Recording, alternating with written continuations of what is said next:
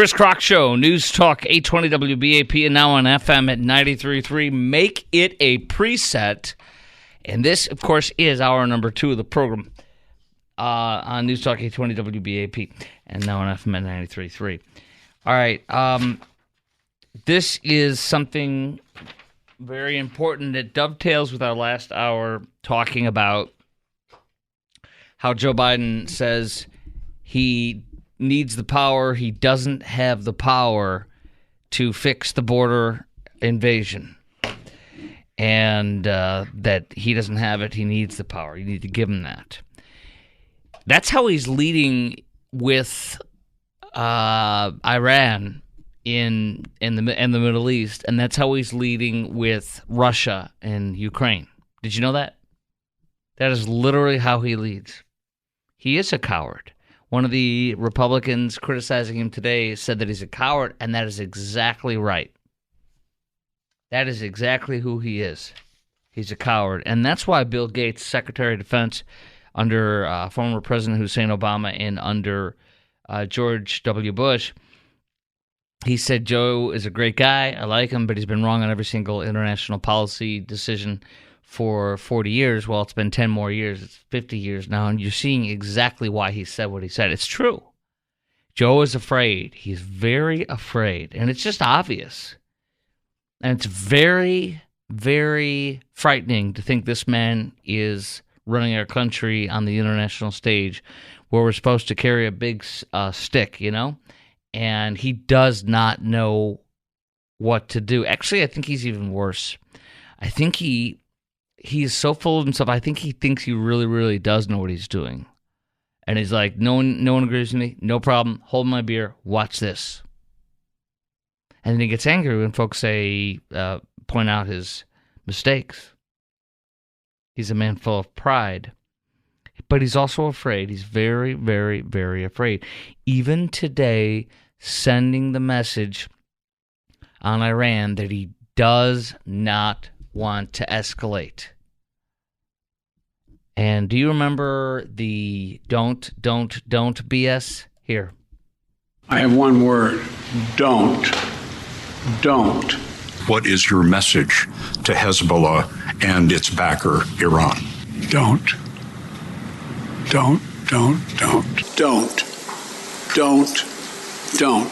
What's the message to Iran? Don't. As President Biden said, just don't. Exactly. One word. Pretty straightforward. How did that work out? They did. And they do, and they do, and they do, and they keep doing it, and they are. Now you have Jake Sullivan, a week or two before the October 7th terror attack, the second Holocaust, if you will, on the Jewish people from Hamas and Hezbollah, and Jake Sullivan just a few weeks before said what you're about to hear. And then you're going to hear what Tony Blinken says now. Listen to this, before and after Joe Biden administration, the fools. The war in Yemen is in its 19th month of truce. For now, the Iranian attacks against U.S. forces have stopped. Our presence in Iraq is stable. I emphasize for now because all of that can change. And the Middle East region is quieter today than it has been in 2 decades. I would argue that we have not seen a situation as dangerous as the one we're facing now across the region since at least 1973. What was going on in that? So you hear that? The Middle East is the safest it's ever been, and then a few weeks later, October 7th happens, and now it's the least safe that the Middle East has been since 73. That was the Yom Kippur War, and that's a series I watched about that was well done by HBO. They did the series a few years ago, and it's an incredible one about the Yom Kippur War in 73. Left 2,600 casualties in 19 days. Egypt and Syria attacked by surprise the Golan Heights and Sinai. Israel took those two during the Six-Day War in 67. So you but then you have this. This is what I really wanted you to hear. But first, I want to give out our phone number for you. I want you to call in right now. It's time for you to sound off right now at 800-288-WBAP is our number, 800-288-9227. General Breedlove, you're going to hear him in a second. He was the former Supreme Allied Commander of NATO, literally says that Iran is leading us in the Middle East right now and that Russia is leading us in the Russia-Ukraine war. We are not leading in either. So do you agree with General Breedlove? I'll play his soundbite in a second of him saying that, but I wanted to just tell you that. And do you also agree that Russia led us into war with Ukraine, that we could have stopped it by having cojones? And then do you believe Joe Biden could have changed all this and still can? As I do, unequivocally. 800-288-WBAP is our number. Chime in right now, 800-288-9227.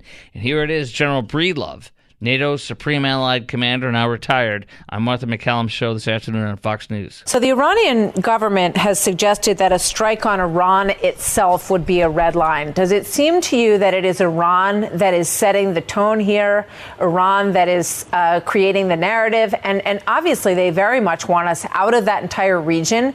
Do you think they're getting closer to that goal with this president?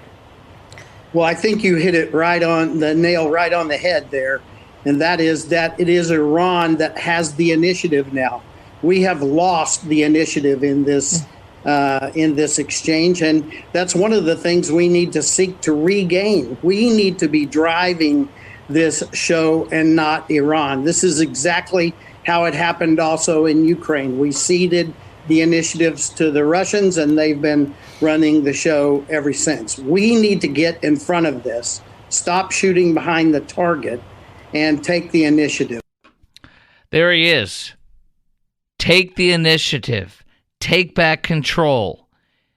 Do you agree with General Breedlove, the former Supreme Allied Commander of NATO, retired U.S. General, that Iran is leading us in the Middle East right now? And do you also agree that Russia led us into war with Ukraine? We could have stopped it, but they led, and they are leading. They're still leading right now, you know that? Russia's leading with Ukraine. Iran is leading in the Middle East. And do you believe Joe Biden could have changed all this and still can? As I do, if you grew up here. 800-288-WBAP is our number. Chime in now, 800-288-9227. Lines wide open for you. And none other than, well, let me repeat what was said here. Blinken said, Antony Blinken, Secretary of State for Joe Biden right now, says it's an incredibly volatile time in the Middle East. I would argue we've not seen this situation as dangerous as the one we're facing now across the region since at least 1973, arguably even before that. I agree. It's because of one man, Joe Biden. That's it. And then look at Javier Blas, an opinion columnist from Bloomberg, and his column today, which I retweeted.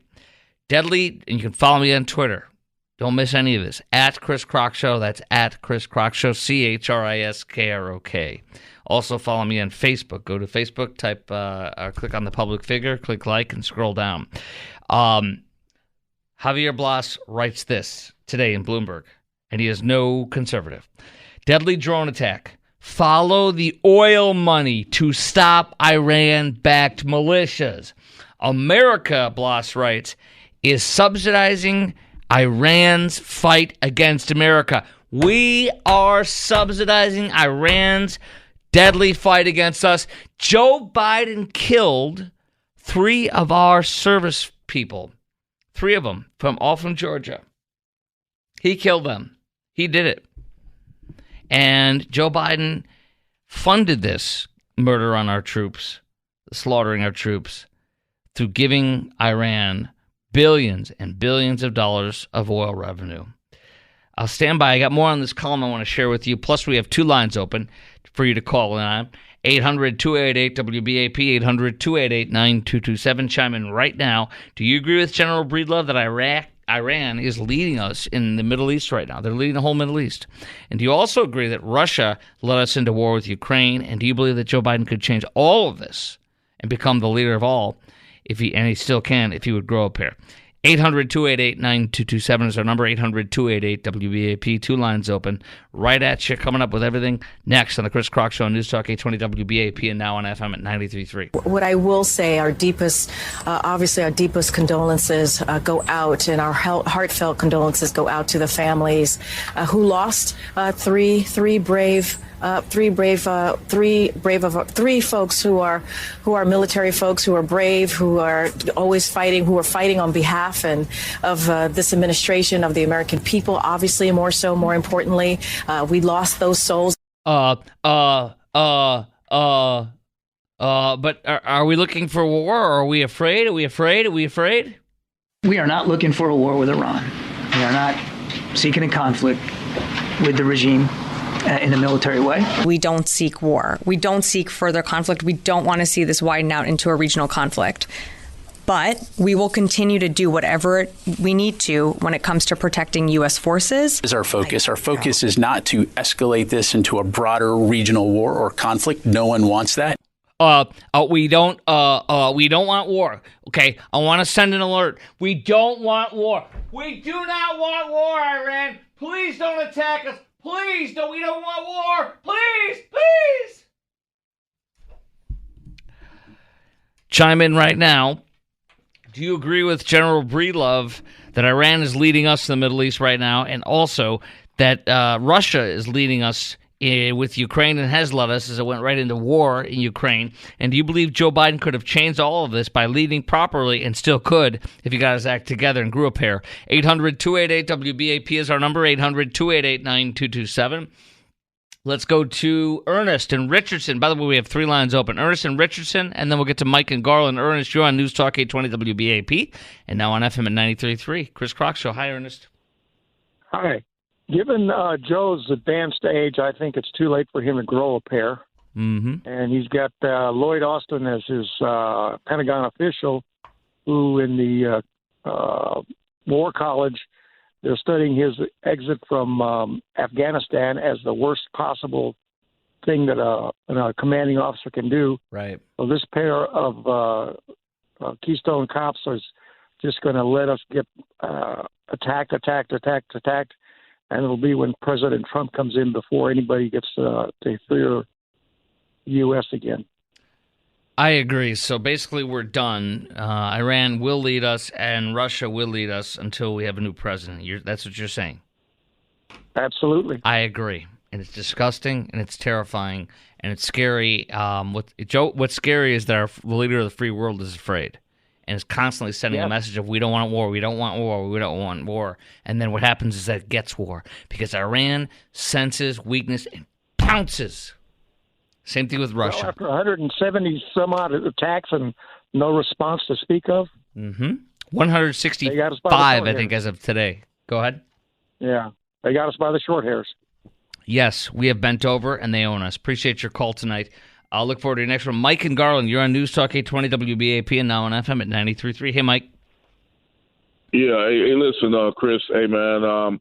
I don't know if somebody failed to inform Joe Biden that when they killed those three soldiers the other day, and plus all the shootings that the missiles they've been firing at our Navy vessels, they've already declared war on the United States. Yes. Just in case that idiot didn't know that, Iran has already declared war on the USA, and they're going to kill even more Americans because we have a complete coward in the White House.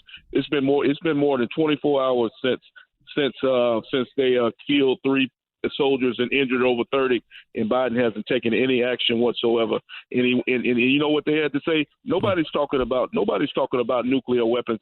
We're talking about having a military strikes to try to take out some of their assets to put a hurt on Iran, to put a notice that you are not going to be able to strike the United States. And besides that, they had the nerve to say that they're afraid that Iran might use nuclear weapons. Yeah. Well, if they use nuclear weapons, we'll turn them into a desert. Iran will no longer exist. And if that's what they want, then that's what the United States will have to do. Because I'm not going to play games with these people. When you start taking American lives, you cross the line, and they want to kill even more Americans, and they want to come to U.S. soil and kill Americans. Well, like I said, we have a complete and utter coward in the White House. He has no balls whatsoever. It's just embarrassing at this point, and it's just a matter of days. It might be tomorrow. It might be a week from now. Iran is going to hit us again because they see no threat. They see no power. They see no nothing. Just like Donald Trump said, a lot of people say that Donald Trump is cocky, he's arrogant, but Donald Trump said the other day, you can bet your last dollar. I'm willing to bet, Chris, I'm willing to bet all the money I got in my pocket plus the money you got in yours. If Trump was in the White House, that Iran wouldn't dare do what they did the other day because they know Donald Trump would turn Iran into a pile of dust. So, like I say, unfortunately, we got this loser in the White House, and we're going to lose even more lives. And, it's really a shame. I listened to one of those kids' mothers on the radio today about her dead daughter that's only 23 years old. And like you said last night, it's all Joe Biden's fault. I don't even see how the idiot can go to sleep at night knowing that he caused somebody to lose their children. And I thank you for taking my call. Brother, I'll tell you this. Today, Joe confirmed through his White House that he will be receiving these heroes and their coffins at Dover. So I wouldn't even. No, Joe. He shouldn't even be allowed to show up. If I was the family, I would tell him, Joe Biden, I don't want him nowhere near my dead relative. He's the reason why they're in that coffin. If I was the family, I would tell Joe Biden not to go nowhere near my dead relative. He will look at his watch again while he's waiting, and then on the runway there on the side there, and he will also tell the family members, each one of them, that he knows because his son, he knows what it feels like because Joe Biden's son, Bo, died in Iraq. Lie. I'm a Gold Star dad. I know what you're going through. Basically, is what he says to them. He'll come up with another lie to try to make himself feel good about what he done. But like I said before, if I was the family of any of those three people that died, I wouldn't even want Joe Biden to be nowhere near my family member because he is a complete and utter disgrace. And I hate to put it this way, he's the reason why they're in that coffin. That's right now. Exactly right. I agree with you, Mike. You're a great caller, brother. Yeah, okay. Look forward to your next one. You're a fantastic caller. Josh in Haslett, you're on News Talk 820 WBAP and now on FM at 93.3. Hi, Josh. Hey, Chris. Yeah, listening to the last caller there, man, I agree with him 1,000%. That would be a hard pill to swallow, welcoming my child back to that coward standing there. I'm going to tell you right now, it's not the Christian thing to do, but I'd have a hard time not spitting in that man's face. It's disgusting, and the level of irreverence and lack of respect for these families in this country, it's beyond despicable. And we don't have a foreign policy. We do not have one under Joe Biden, just like we didn't have much of one with Barack Obama and all of his red lines. Barack Obama was a lot better than this guy, though, wasn't he? Well, I comparatively speaking. Yeah. Yeah, and that's a sad state of affairs. It is. That's a sad state of affairs. But when we have Iran literally drawing the red lines and Putin's over there laughing in our faces, I mean, we're the joke of the world now. And I don't, what I'm really terrified of is the possibility of Trump losing this election because we cannot handle 4 more years of this. We absolutely cannot. Yeah, I agree. Josh, fantastic call, brother, and I agree very much so. And thanks. Look forward to your next call. I also want to say this, that Karine Jean-Pierre, it displays the civilians that have no understanding on how to talk to people who have lost loved ones and doesn't even know what to call them. We played that soundbite. It's just disgusting. She couldn't even say soldiers or troops. She had no idea what she was saying. She's an incompetent. But for Joe, she checks all the DEI boxes, and that is literally all that matters. We all know it. This is a disaster of administration. Coming up next, where will the Mavs put their new arena, and will it be with a casino? They're telling us what they're going to do, just like Joe Biden's being told by Iran and Russia. This does not sit well with me. That's a nice way of putting it. We'll talk about that next on the Chris Crock Show, News Talk 820 WBAP, and now on FM at 93.3. Do you know what? I don't care about somebody saying, I want to do this, I want to do that. But when it comes to gambling, I really don't like it, right? But then when when we're being told by somebody, even though I don't like gambling, I'm not for it in as far as in Texas. I don't want it in Texas. I don't have a crusade against gambling. I look at it as, for me personally, we don't do it often at all, and we don't seek out casinos and such. But when we go somewhere, there's a casino. Like we went to Santa Fe one year, and we happened to stay in a place where there was a casino, and we went down a couple times and dropped like $100 or something. I don't, you know what I mean, or whatever. And I got up to 80 on my 50 or something, and I stopped. I can't remember what it was, but I'm like, okay, I won $80. Whenever it was, I won 80 extra or something. And I'm like, all right, I'm out. I'm all happy. I don't do. It's spending money. That's what it is. And if you can't afford it, then don't do it. And if you can't, if you can't do that because you have an issue, then don't gamble. And it's easy to say that, and I understand that. But here's what we want to do. We want to make it harder to access gambling. And that means go to Oklahoma, go to Louisiana, go when you're wherever you are going, do it there. And the amount of money we're quote-unquote losing is a complete fallacy, because with it comes crime, and it is never, ever a panacea. The places that sold it like that are Illinois, and where today they're still drowning in debt. It didn't answer any of their things they were told they were answered to. It's a pipe dream, it's a false dream, and it brings with it a lot of crime. And I always cite two things that I looked up on my own.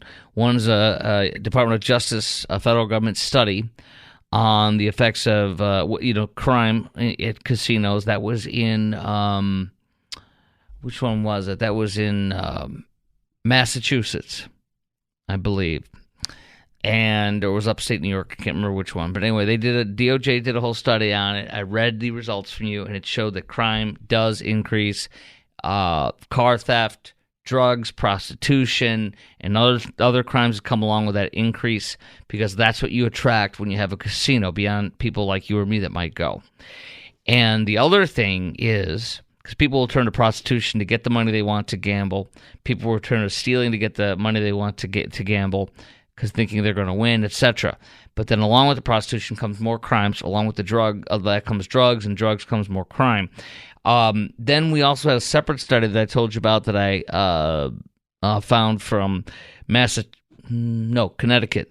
They actually did their own research. A Democrat, they're all Democrats there, and the House of Representatives, the State House, did a study, and they found exactly the same thing, that crime is up, and it's bad, and it's not good around these casinos, because that's what happens around casinos.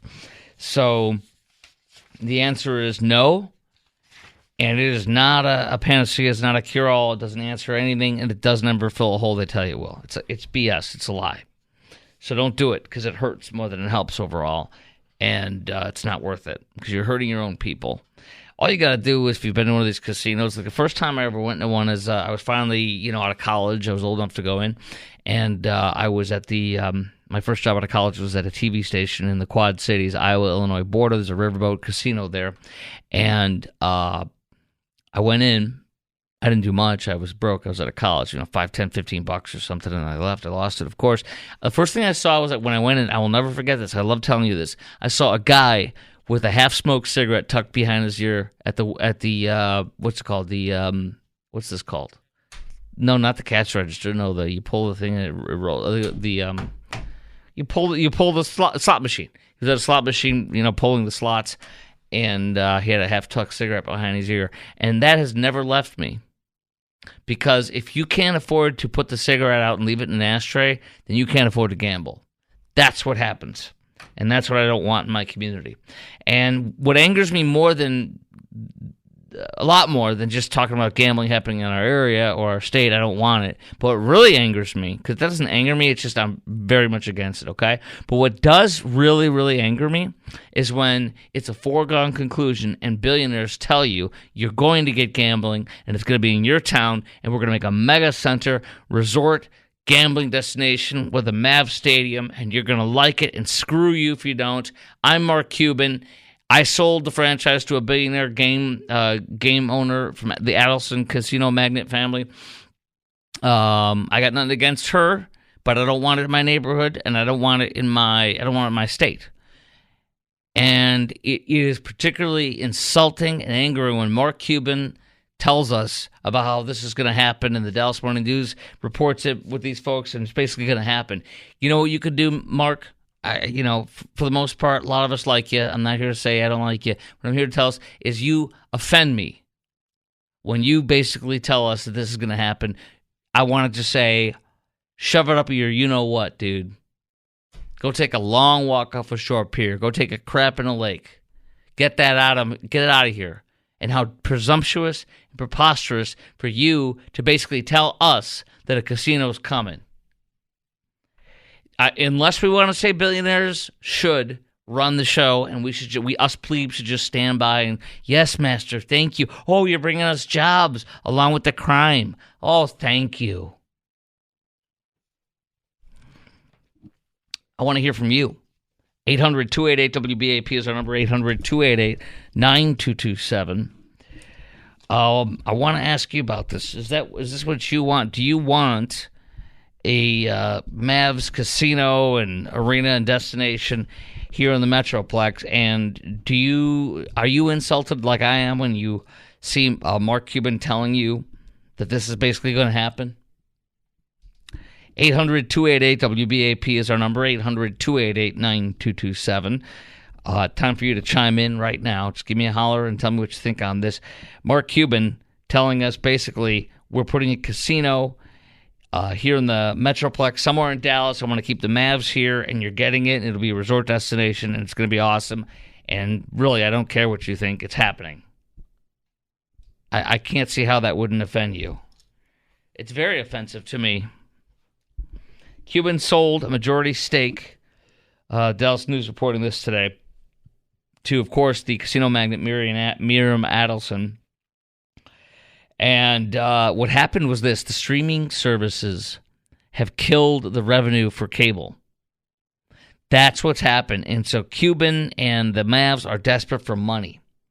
And so this is what they're going to do to make it up. They're going to own a casino destination where the Mavs play, and we're going to shut up and we're going to like it. Whether we like it or not, it's coming. So gambling and real estate development is where they're going to make their money back. Cuban told the Dallas Morning News, my goal is to build a new arena. He said, when we build a new arena, a resort and casino together, that's going to be the mission. That's my goal. There you go. Now, when this man puts his mind to something is going to happen, he certainly is talking like it's going to happen. We don't count. We don't matter. And now the city of Dallas, city council members and such are saying, we can't miss out. We don't want to lose the Mavs. We don't want to lose the Mavs. The prospect has put a scare in the council. They're scared. One of them says, I think we should try to do what we can to keep the Mavs here. So now they're afraid. Oh, without saying it, he's threatening to leave if we don't support this. We've got to sell out our community and let crime come here.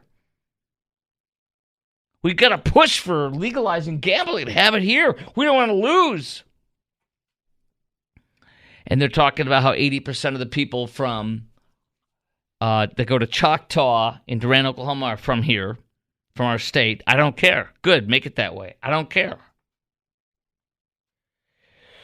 Cuban says we're not moving the team anywhere. We are the Mavs, the Dallas Mavs. But look at this. A WFAA TV Channel 8 interview. The chief team executive, Sint Marshall, the woke, cop-hating wokelet, she told Channel 8, I assume it's in the city. I don't know. The plans aren't there yet. In an interview last week with Channel 8. So now she's going, well, they went from saying that Mavs are going to stay in Dallas to, I assume so. Threaten us. There you go. Kenny in Arlington, you're on News Talk 820 WBAP and now on FM at 93.3. Hi, yeah, this is Denny, and I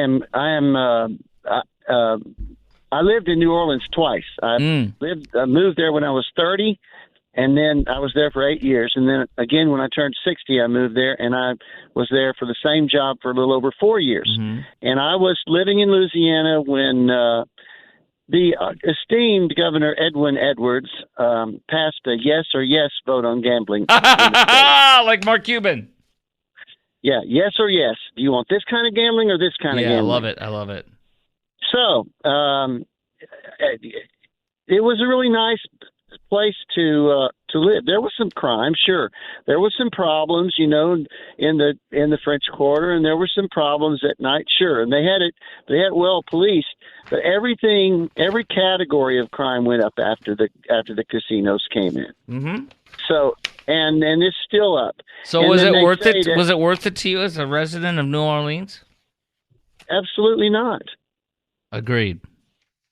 No, Absolutely I mean agreed. I didn't live in New Orleans. I lived in Metairie both times, so I didn't get the brunt of it. But I heard WWL's commentary on it and how all of the percentages of crime, burglary, robbery, murder, everything went up after the casinos came in town because the violence and the greed for money. I agree. And so you're with me. Hard pass. No casino. If it means we lose the Mavs, so be it. Get out of here. We don't want this crap. Hey, here. the Mavs can still be called the Dallas Mavs. They can play somewhere else if they want to. That's exactly right. But I do not agree with a casino. And now comes the city council to hump Cuban's leg and genuflect and give them what they want. Of course, they can't get legalized gambling in this state, and I thank God Dan Patrick says no, and I pray to God that Abbott continues to say no. Yeah, well, he's been pretty consistent, so I believe he'll keep that up. Kenny, I appreciate your call. Glad you're here and not in Nolens. Take care, brother. All right, 800-288-WBAP is our number, 800-288-9227. You can chime in now if you want on whether or not you want a casino here, and if you want Mark Cuban basically telling you that we're going to have one whether we like it or not. Absolutely not. Also, coming up next, I cannot wait to get into this. The RNC is meeting after Trump allies are putting a resolution out to call him the presumptive nominee. Nikki Haley losing by a landslide in her home state as of right now. And wait till you hear the results of a Texas poll from the Dallas Morning News. All that's next on Trump versus Haley and Trump versus Trump versus Biden in Texas. All that next. Chris Crock Show, News Talk 820 WBAP and now on FM at 93.3. Chris Crock Show, News Talk 820 WBAP and now on FM at 93.3. Oh, I love this. This is fun. Look at the latest on polls with South Carolina, and yet Nikki Haley is still somehow in there. Saying she can do this, and Trump is also results coming in Texas poll today about him versus Haley and then him versus Biden.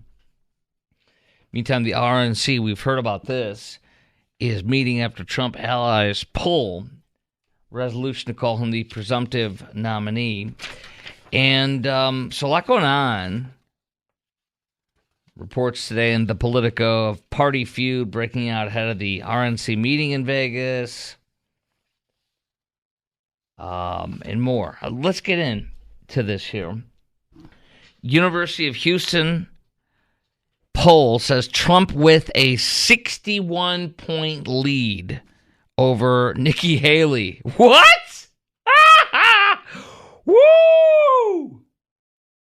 He's unmatched in the Republican Party, says the author of the report. Trump has 80 points versus Haley's 19. And people are saying Nikki should stay in as if she's a contender. Dude, that Super Tuesday is right there. I mean, this woman's done. She's toast. And 13% said they would never vote for Trump. 40% would never vote for Haley. So, dude, he literally has like almost a fourth of what she has in people that'll never vote for him versus her. You know what I'm saying? She's got almost 4 times the people that won't vote for her than would ever not vote for Trump. Texas poll shows Trump leading Biden by 9 points. Haley leading Biden in Texas by only 4 points. Look at that, you guys. Trump 9 over Biden. Haley 4 over Biden. I mean, it's over in Texas. How about South Carolina? She's got a chance, right? I mean, that is her hometown, right? This is it. She's got a chance. So you're telling me there's a chance? Absolutely. You'll see when her home state comes up. Well, that's the next big one. And in that one, Trump is beating Nikki Haley as of today by 35 freaking points. In her home state, it was 31 points. Now it's 35 points he's beating her by. Can anyone explain that why her state doesn't want her? I mean, she, after all, they voted her twice in as the governor. Why would they not want her? She must be a real piece of work. Do you think Trump has the I want to hear from you right now. Chime in right now at 800-288-WBAP, 800-288-9227. Do you think Trump has the Republican presidential candidate, is the Republican presidential candidate, or do you actually think Nikki Haley somehow still has a chance and should stay in the race? And by the way, do you want Nikki Haley instead maybe to just step down now? I do. This is ridiculous. I mean, this is come on, guys. This is absolutely ridiculous. You guys are being ridiculous. The RNC is meeting after Trump allies pulled a resolution saying he's the presumptive nominee. That Trump said don't do it. He killed it. He put the kibosh on. He wants to beat the living crap out of her and let her withdraw on her own because he's humiliating her, which is great. Ron McDaniel suggested last week, the RNC chair, Haley had no path to the nomination. And she was right, and nothing's changed. Actually, stuff has changed. It's gotten worse. James Carville doubling down, warning that Trump is not normal and Biden campaign must wield a meat cleaver. There are lots of levers in the campaign, he said on Fox News Story today. He said there's a candidate, there's paid media, there's campaign spokespeople. But he wants him to use a cleaver. Don't worry, they're doing that. They use lawfare. They're trying to destroy the man in courtrooms. They're meeting with they met with DAs in New York and Georgia. It's all rigged. Every bit of it's for the campaign. And he's winning, and he's going to beat the pants out of this guy. And we got this. I think we really do. Coming up next on the Chris Crock Show, I wanted to add something to that. You can tell me right now, do you think Trump is the Republican presidential candidate, or do you think Nikki Haley somehow still has a chance, I'm trying to say without laughing, and should stay in the race? And do you want Nikki to step down as I do? Get out of here. It's over. You lost. Will Trump remain on the Illinois primary ballot? That has now come up. I'll tell you what the answer is. We have an answer for you. Coming up next on the Chris Crock Show. Plus, a woman returns to Costco after 2.5 years of buying a couch and brings her couch back after 2.5 years. What did Costco say to that? I'll tell you next on the Chris Crock Show on WBAP.